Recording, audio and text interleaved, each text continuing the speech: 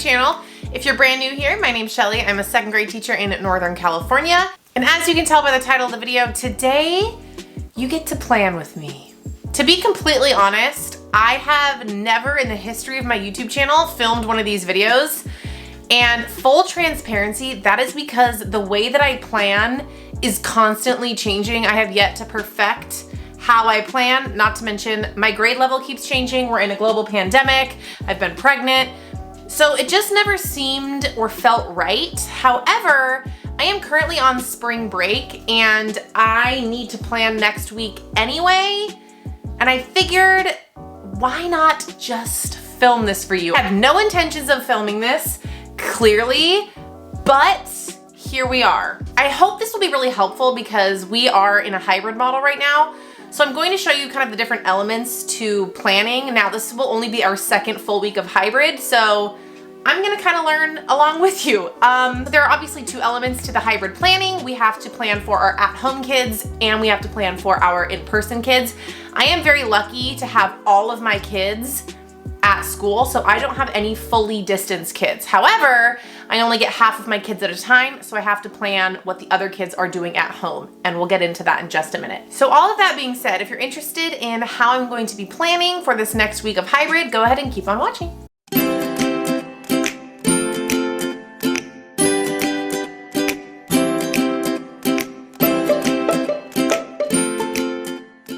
Now, like many teachers, I normally like to plan with fun pens. I am a Flair pen user. I am at home, and so I just have a bunch of these colorful markers.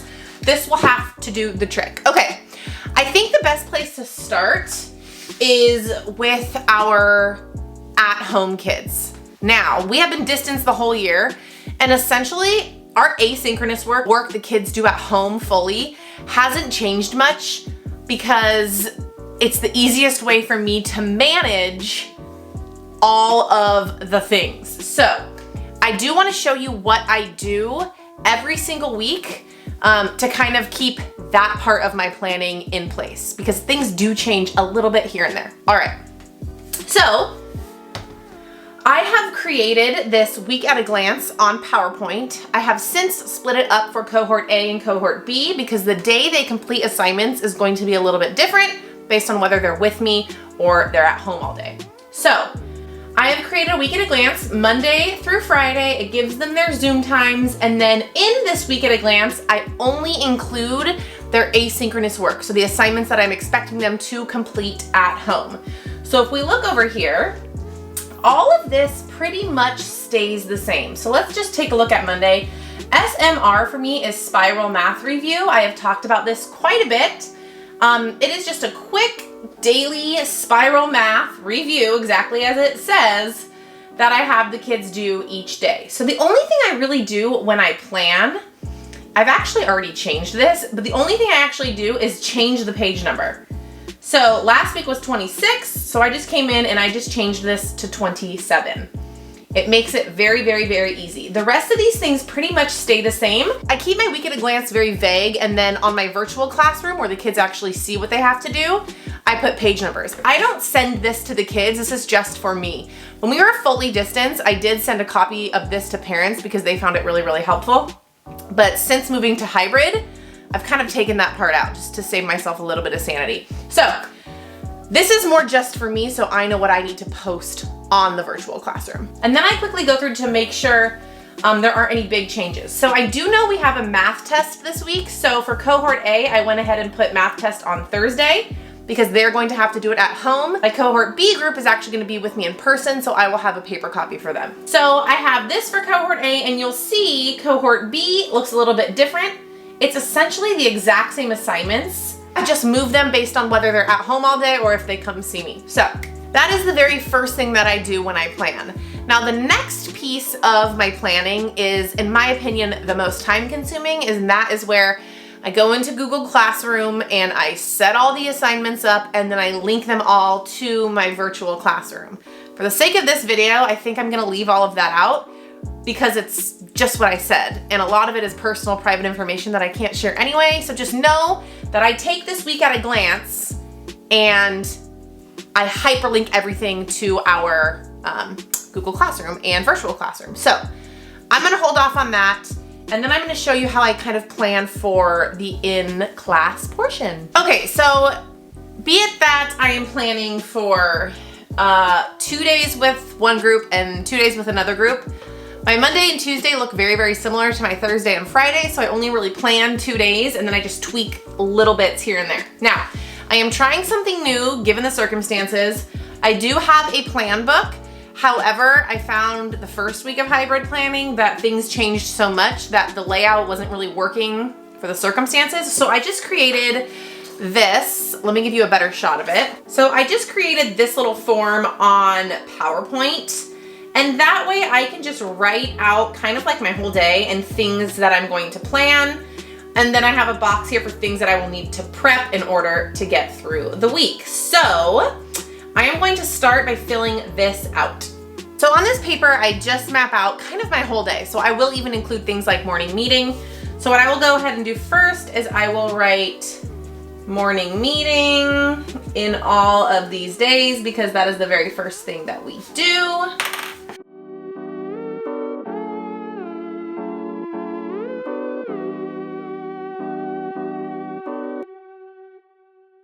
Okay, and then obviously on Wednesday, I am not meeting with the kids, so I am not going to include morning meeting. All right, so then after morning meeting, our morning meeting usually ends around 9, and my kids go out to recess at 9:30. So from 9 to 9:30, I'm going to squeeze in my math lesson. We only have 2.5 hours with the kids each day, so my math block is getting shrunken down, especially because I know the unit and the lessons go pretty quick. So all I am going to write in for my math lessons are the lesson number that I am going to be teaching.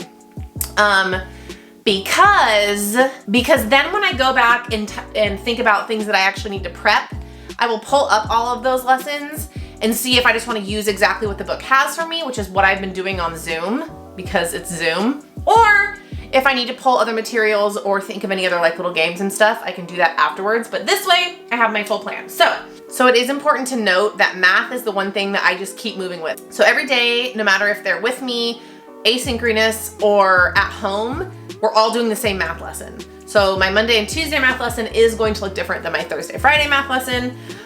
It's just what we have been doing this whole time, and we figured it's probably the easiest. So that's how we're going.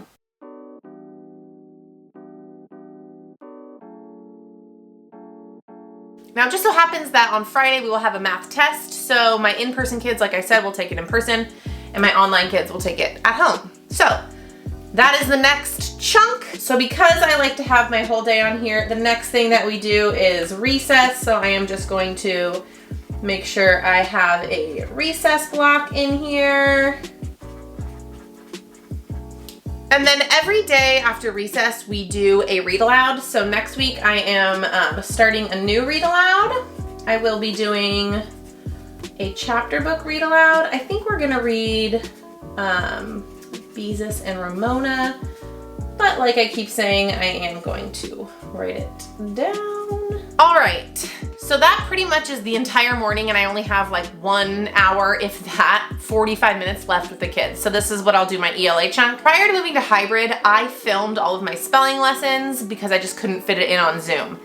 Because we're in person, I really want to teach spelling. So for the next block, I'm thinking like 20 minutes, I will teach spelling and we will have some sort of a spelling activity.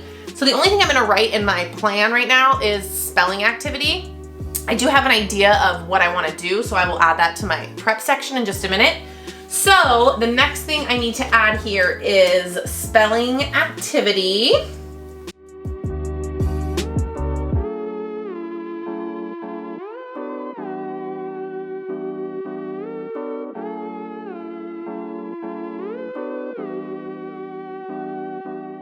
Now the next thing I want to do this week is I need to get in formal reading assessments because I haven't assessed the kids since November and we are in person now. So to carve out that time for reading assessments, I am going to introduce Fix-It sentences. I have talked about them before in vlogs. I will link them down below. They are a resource from Teachers Pay Teachers. Allie from Just a Primary Girl created them. I am so excited to use them. I bought them, I think, literally 3 years ago, and I'm finally going to get to see them in action. So The reason why I'm so excited for them is because it is sight word practice, it is writing practice, handwriting practice, sequencing practice, everything. It's a game and it's independent. I don't want to go too in depth as to what they are. I will link them down below, but the kids haven't done them yet, so I know I need to carve out a time to teach them how to use the Fix-It sentences, and then the rest of our days will just be them doing their Fix-It sentences while I'm pulling kids to assess. So that's really the last thing I need to plan. Luckily, all of that is prepped already, so I don't have to do that, but I do want to make sure I write it on here that I'm going to teach the Fix-It sentence process and then assess their reading.